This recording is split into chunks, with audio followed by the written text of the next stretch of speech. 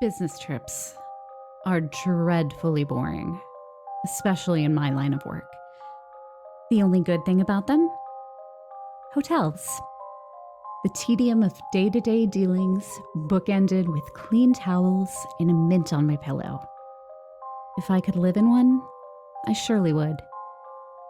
There's just something in the ambiance that soothes my soul, for lack of a better phrase. At least, that's how I felt until staying at the Covenwood Inn. It seemed like any other hotel at first. Typical floor plan, decorative arrangements, overly polite check-in clerk. It wasn't until I received my key card and ventured up to room 371 that I would notice a dissonance in the layout. Something amiss that broke up the usual hotel landscape. In my room, placed deliberately on the bed, was a sheet of paper. Restrictions printed on official Covenwood Inn stationery. Room 371 guidelines. Number 1. No television after 9 o'clock p.m. Number 2. Only accept incoming calls on the room phone. Number 3.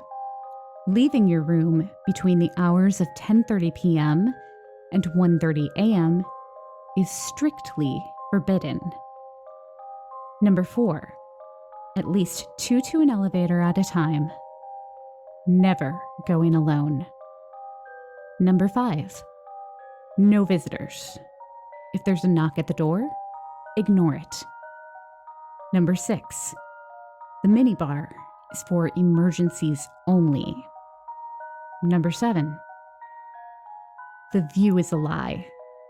Don't trust it. Enjoy your stay. Huh. Well, this was odd. I had never seen anything like it.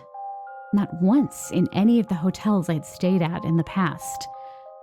Perplexed, I called the front desk for answers. All rules are to be followed during your stay. The clerk stated this very plainly, as if he had uttered it 1,000 times before. I don't understand. What emergency would warrant use of the minibar? Why can't I watch TV after 9? What does the view is a lie even mean? I was offered the same reply, spoken with the same tone as before, not unlike a recording. All rules are to be followed during your stay. Click. And that was that. No answers, no explanation. Assuming it was some sort of strange hotel humor I was unfamiliar with, I threw the list on the bedside table and forgot all about it. Until later that night. As I laid in bed, watching the 10 o'clock news, something completely out of the ordinary happened.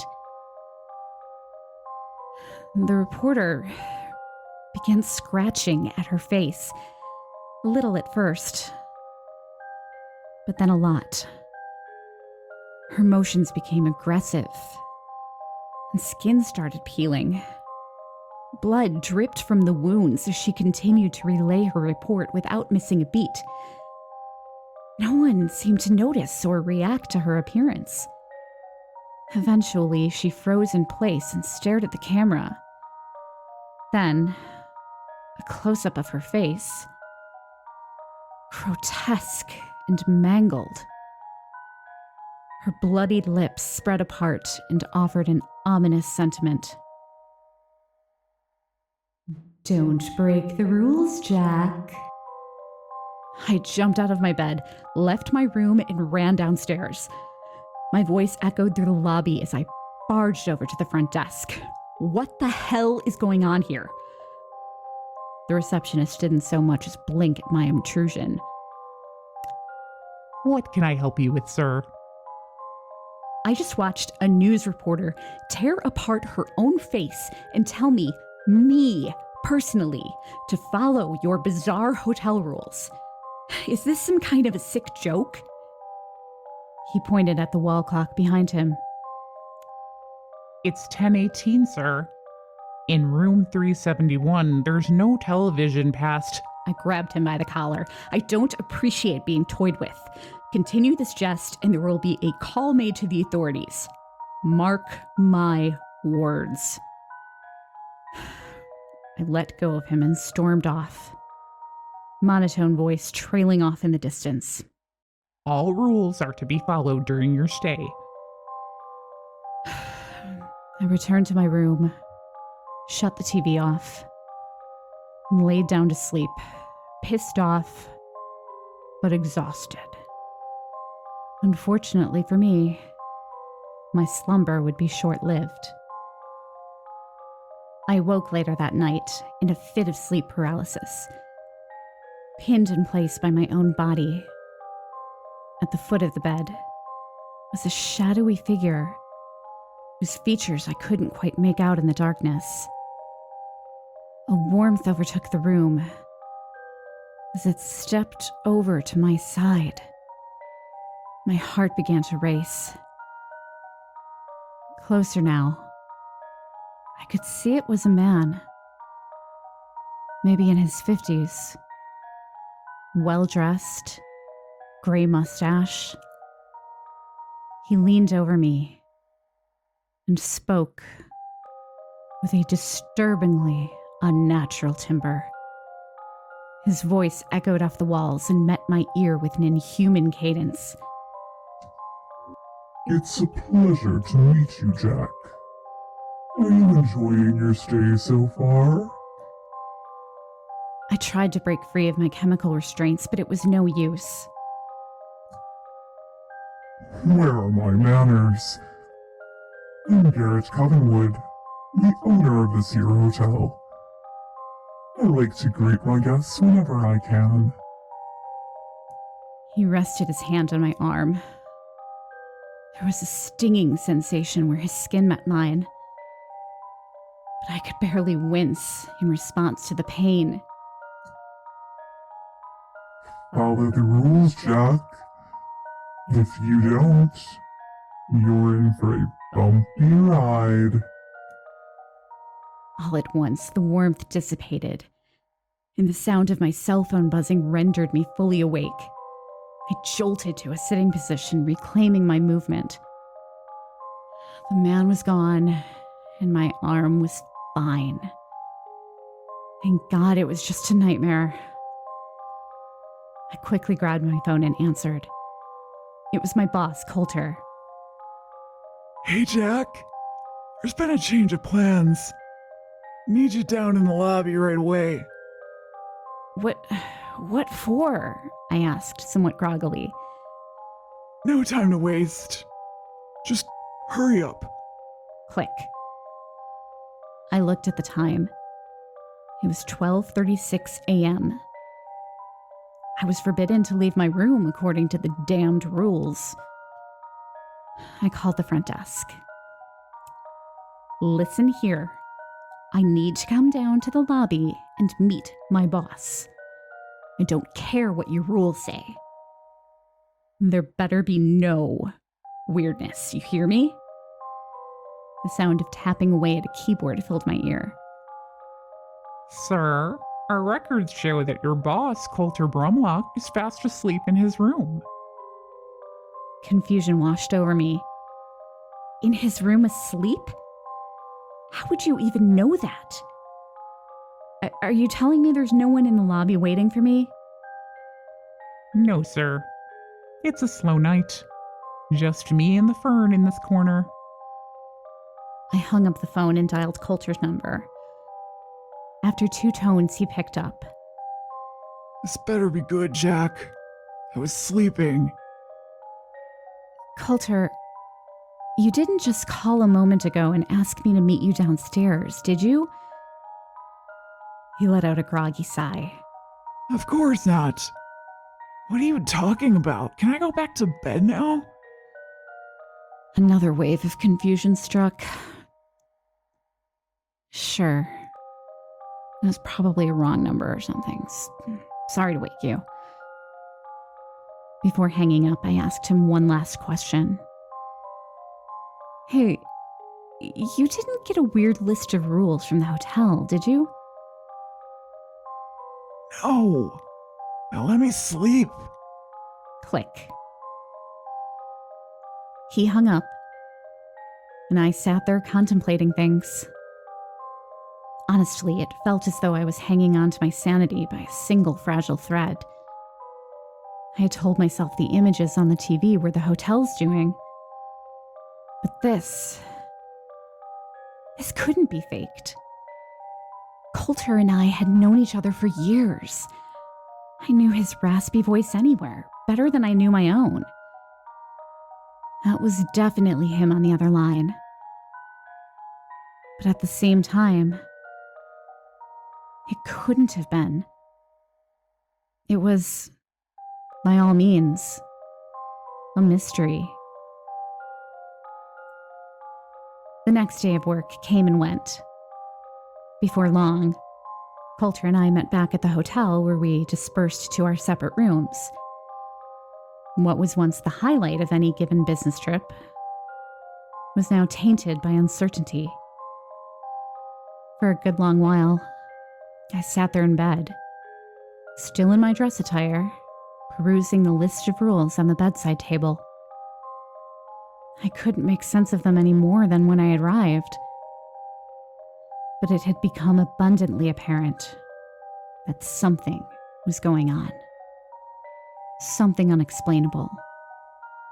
Part of me hoped it was the product of a tired mind, overworked and succumbing to the side effects of exhaustion. But lies, even the ones we tell ourselves, only stretch so far. After undressing and climbing beneath the sheets for some much-needed rest, there was a knock at the door. Rule number 5 came to mind. No visitors. If there's a knock at the door, ignore it. It felt silly, but I did as the rule demanded. Best to act with an air of caution, I thought. Better safe than sorry. The knocking, however, was soon followed by a voice. Coulter's voice.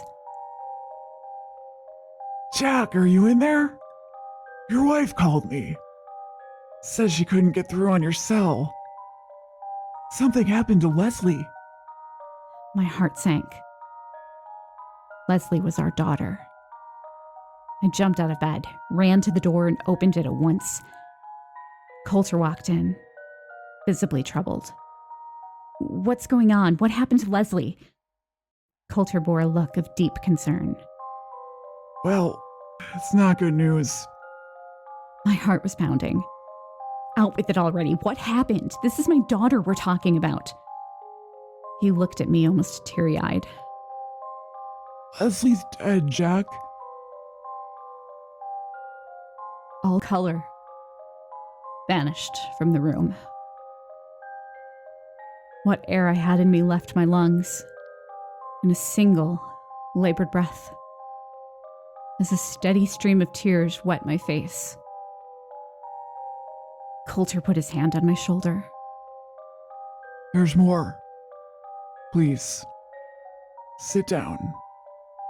I fell to the bed, broken. The truth is, Jack, you broke rule number 5.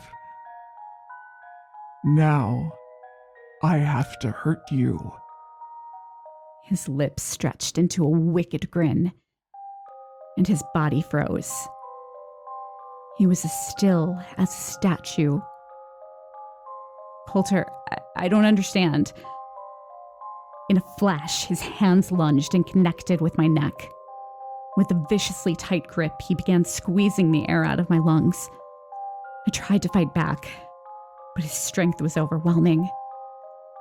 I managed to get a few jabs into his head, but it didn't seem to have any effect whatsoever. He forced me to the floor and continued to clench my throat, till finally, I lost consciousness. In that moment, I truly thought I was a goner. I woke in bed the next morning, alive and well. I quickly reached for my phone and noticed a text from Charlotte. Just put Leslie on the bus. She misses you terribly. So do I. Please be safe. We love you. I got out of bed and raced to the bathroom mirror. My neck was void of bruising. No signs of strangulation. I called Charlotte to be doubly certain. To my relief, Leslie was indeed fine, as alive as she was the day I left. It all just felt so real. Could it really have been a dream? Frazzled, I met up with Coulter, and we drove to our next meeting. I could still feel his hands wrapped around my neck. I refused to make eye contact with him the entire day, and he noticed. What could I say without sounding certifiable? Hey, the hotel left me this weird list of rules to follow, and now I think I'm seeing things. Want to stop for coffee before you drop me off at the nearest hospital? No, that wouldn't bode well. Mild food poisoning from the sushi at the hotel bar was a far better excuse. Only a few more days of torment, then I could leave. That's what I kept telling myself. Little did I know, my next night there would be the longest one yet. I woke at 11:22 p.m., according to the blinking display of the alarm clock on the desk across the room. As my eyes adjusted, I noticed a faint orange light dancing on the wall, pouring in through a gap in the curtains. I pulled myself out of bed and walked over to the window to identify the source of the light. What I saw was absolutely horrifying. The hotel was ablaze, an enormous fire engulfing the ground floor. The flames grew to great heights and touched the glass in front of me before I had the nerve to turn away and make a run for it. In leaving my room, I yelled to warn to the other guests. Fire! There's a fire! We need to leave at once! No one joined me in the hall. There was no sound at all coming from within any of the rooms on the floor. Had everyone already evacuated? Was I the only one inside? I opened the first door in reach. It was unlocked. Inside was the reporter from TV, her face still dripping red, a bloodstain on the carpet below. You should have followed the rules, Jack. I slammed the door shut and moved on. In the next room was Coulter. I watched him strangling a copy of me before his head turned and we locked eyes. He threw my lifeless body to the floor and started running to my position. You can't hide, Jack! I closed the door and ran to the next. This room contained yet another impossibility. The worst one yet. It was my wife and daughter, standing at the door. Their eyes were vacant, drained of all human emotion. I watched, astonished, as their skin burned to a crisp before my eyes. Charlotte spoke first. We miss you terribly, Jack. Leslie chimed in after. When will you be home, Daddy? I couldn't escape them. These horrors were around every corner. In a last-ditch effort to run away from my troubles, I bolted to the nearby elevator. The button was jammed, but I kept pressing it. I looked down the hall to see the reporter, Coulter, my wife, and daughter all walking towards me. Come on, work, you piece of crap, work! Finally, The button gave way and the doors opened. I hopped into the metal box and pushed the button for the first floor. The doors closed just as the ragtag team of zombies closed the gap between us. I slid to the floor, on the verge of a heart attack. The ride down offered no solace. No lull in the supernatural calamity I faced.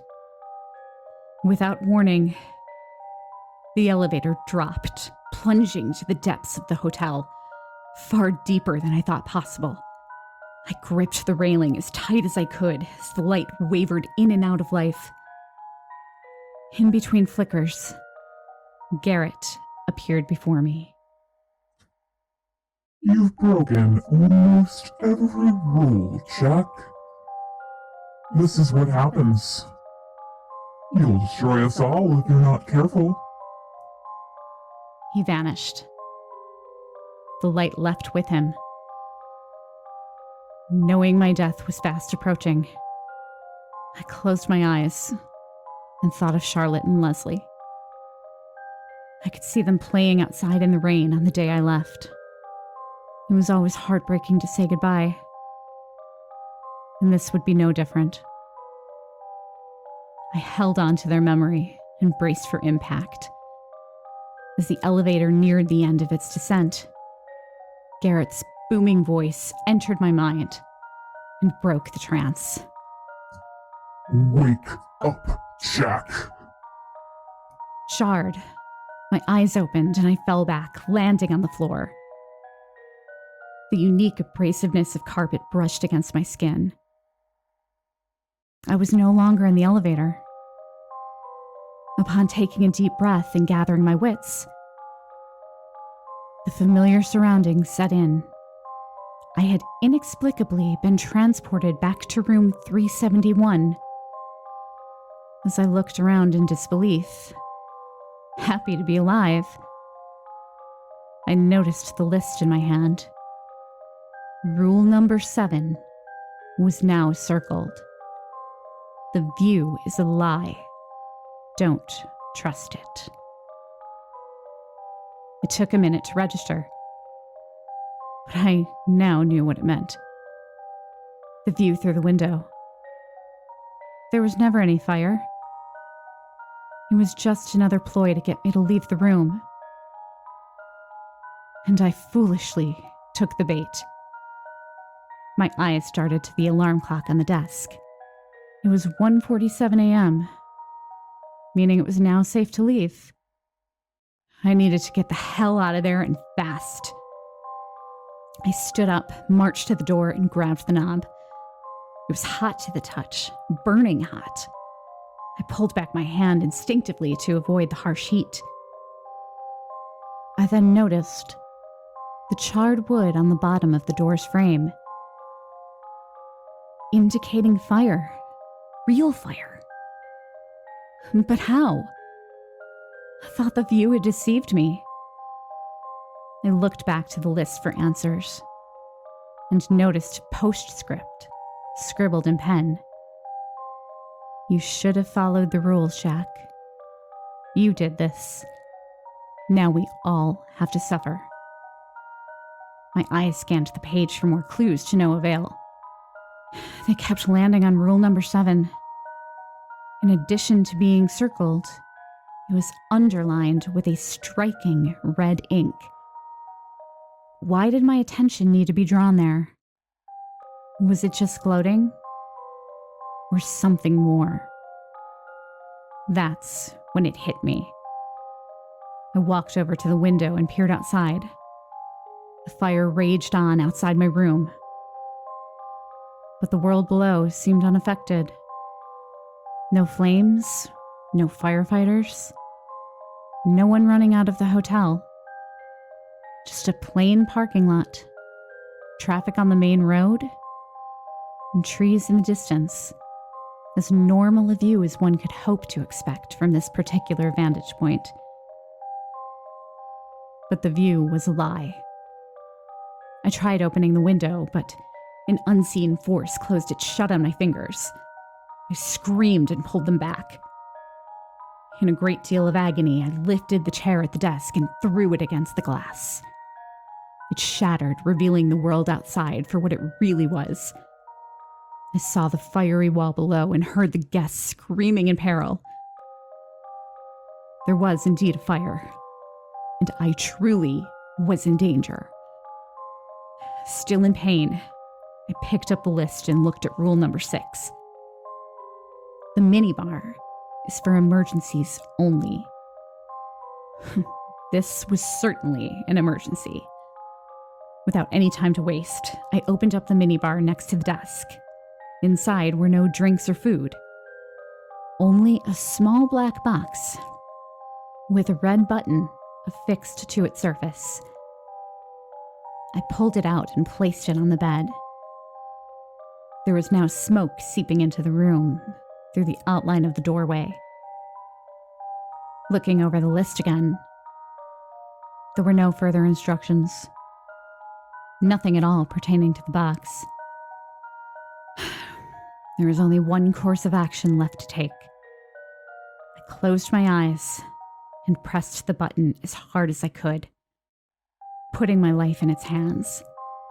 Memories played in my mind like a film reel running in reverse. The day's events followed by the previous, and so on. I relived all of the fear and torment in a matter of seconds, until eventually my eyes opened, and I found myself in line with Coulter at the front desk, waiting to check in. This place isn't too shabby, Jack. Better than the last one, at least. I can't explain how, but I was back in the hotel lobby on the first day of the business trip, the day we checked in. Hey, Jack. What happened to your hands? I looked down and saw the bruises left by the window. Oh, it's nothing. Slammed them in the car door, that's all. Both of them? He was cut off by the check-in clerk greeting me. I was now at the front of the line. Do you have a reservation, sir? I stared at him for a while, remembering everything that had happened. I then backed away from the counter and turned to leave. Jack, where are you going? Sorry, Coulter. I think I'm going to get an Airbnb instead. I'll see you tomorrow. He waved his arms at me, frustrated, and then turned back to book his room. I heard the clerk handing him his key card before I reached the exit. Here you are, sir. 371 on the second floor. We hope you enjoy your stay. Fuck.